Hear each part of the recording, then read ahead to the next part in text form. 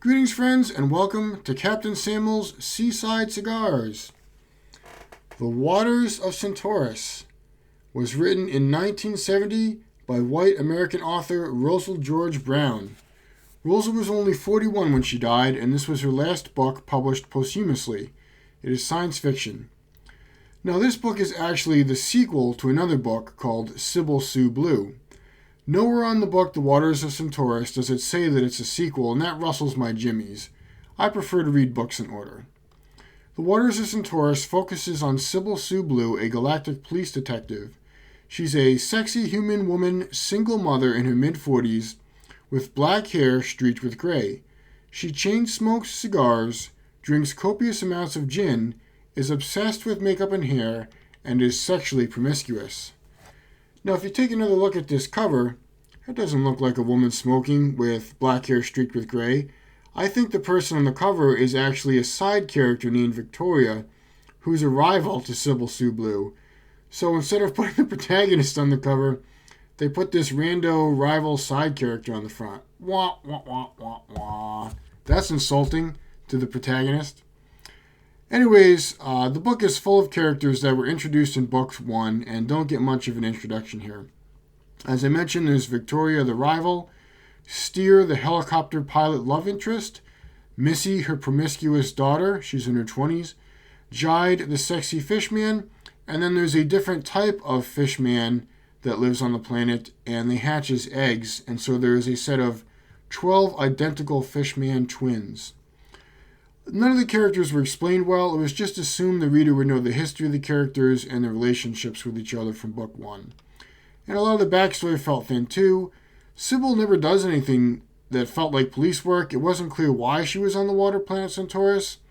And the fish people that live on Centaurus were never described well. I never had a sense of what they look like or what they were all about. I just felt lost and out of the loop for the whole thing. So anyways, Sybil is out for a swim on the water planet Centaurus when she is attacked by an unknown assailant who disappears. Her daughter Missy is also sneaking off at night, gets sick, and then she disappears too. Eventually, Sybil figures out that a past love interest, the fishman Jide, has been doing the slimy seaweed with Missy at night and gave her a drug which temporarily lets her breathe underwater, and now she is in his underwater secret base as a prisoner. She also discovers that Jide plans to detonate nuclear weapons at the polar ice caps so the planet floods and human colonists can't live there anymore. So then Sybil gets the chance to ambush and kill Jide, but instead she announces herself, says, "Hey, I'm behind you in the dark, here I am," and then she and Jide wax the dolphin.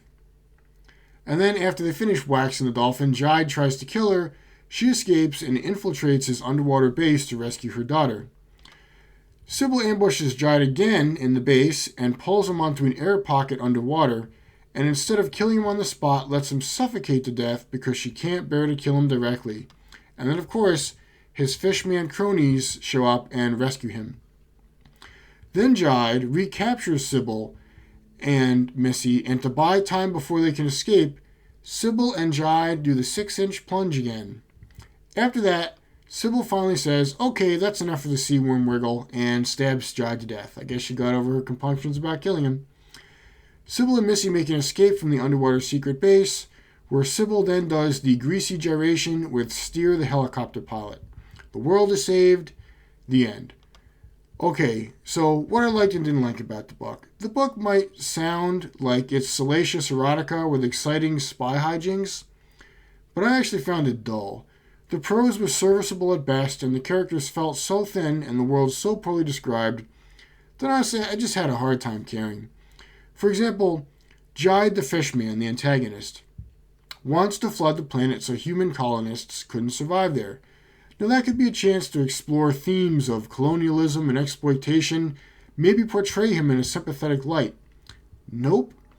It's revealed that he hates humans because he went to college on Earth and his human girlfriend dumped him. And now because of that, he's going to detonate nuclear weapons? Wow. Boy's taking it pretty hard, I guess. I will say that it was unique that the main character was a femme fatale, chain-smoking single mother who isn't shy about her sexuality, so that's something, but Sybil never felt much like a character beyond that. She felt more like a gimmick or a stereotype. Overall, I give The Waters of Centaurus 2 stars. It might have been 3 if I'd read the first book before, but that's not on me. If your book's a sequel, please make that clear. Do I recommend it? Not really. On a book about a water planet, the experience felt shallow.